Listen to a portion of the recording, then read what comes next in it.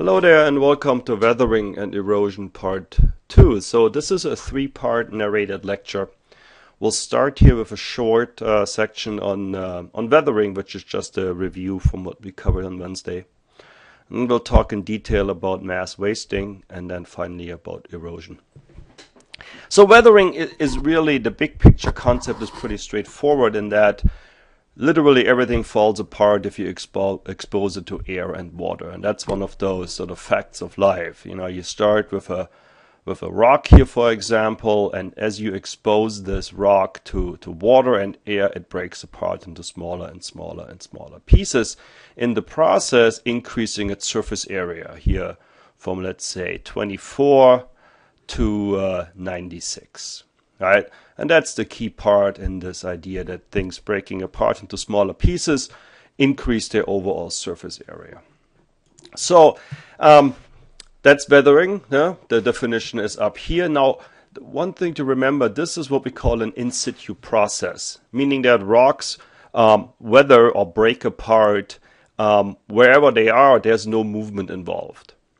So what we need, though, in addition to weathering, or after weathering has occurred, we have to have transport mechanisms that take this loose material, the smaller material, and somehow move it, right?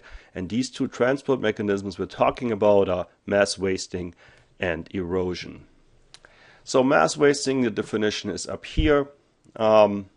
Usually mass wasting is rapid over relatively short distances, localized events such as rock falls, landslides, and so forth. Erosion, on the other hand, is much more extensive, slower, much more constant, and occurs over long distances. And erosion is usually achieved by water, by wind, and by glaciers, and we'll talk about all of these. Right, so all of these things, of course, are somewhat complementary, right? Mass wasting and erosion certainly are. Right. Erosion in general occurs after mass wasting has occurred. So here's the classic example from New Hampshire. This is the old man of the mountain here, right? And here's that characteristic rock formation, and weathering is occurring. You see the cracks, you see the openings, water is getting in there, and it's doing its thing. It's expanding. When it freezes, it's contracting. And if you will, it's loosening up the stones that make up the old man of the mountain. But weathering alone doesn't cause this rock formation to fall off the cliff. That was a mass wasting process, where that loose material abruptly fell off because of gravity, because weathering had loosened it up, and that was a mass wasting event, specifically a rock fall, right? And now what you have now on the side of Cannon Mountain is a smoother and more stable surface, right? But of course, weathering continues. There's still plenty of cracks in the rock. There's still plenty of openings, and water gets in, and wind gets in, and freezes, and loosens up the rock. So this surface here is continuing to weather, and who knows? Maybe there'll be a new rock formation forming here. The tiger of the mountain, because maybe the rocks will look like the head of a tiger a million years down the road. And of course, if you want to be really thinking long term, Cannon Mountain in of itself will be gone in, I don't know, millions and millions and millions of years, and find itself at the bottom of the Atlantic Ocean, right? So let's look at Cannon Mountain in the big picture, right? Cannon Mountain here, this is the cliff, right? We got Interstate 93 here. This is Franconia Notch.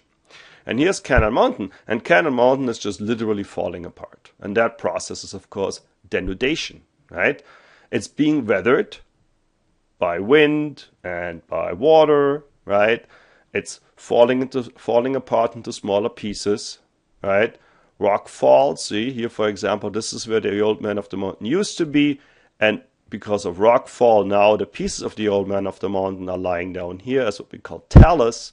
This talus continues to weather, continues to break apart into smaller pieces, eventually will be washed down into the river, and then the river will take it, to the Atlantic Ocean, where it's going to settle to the bottom of the Atlantic Ocean, and slowly over, I don't know, 20, 40, 60 million years or so at the bottom of the Atlantic Ocean, will turn into a sedimentary rock. Right? So that's the review of weathering in general. Now we talked about the different types of weathering, and the one that we sort of started to talk about is physical weathering. And physical weathering you can think about simply as a jackhammer, or what happens when you put your bottle of beer in a freezer. Really, this is a mechanical force, right, that breaks apart the rock from a larger piece into smaller pieces still, right? And of course here this is an example of what we call frost wedging, right?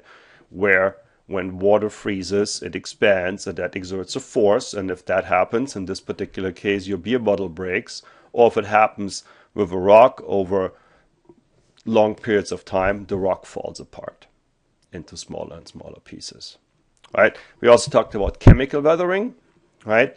And chemical weathering is really, everything you need to know about chemical weathering you can experience when you go to Dunkin' Donuts and order a regular coffee versus an iced coffee, and the different types of sugars that they have at Dunkin' Donuts. Right? First of all, everything dissolves in water, doesn't matter what it is, right? Water is a little bit of an acid because of the carbon dioxide that's dissolved in water.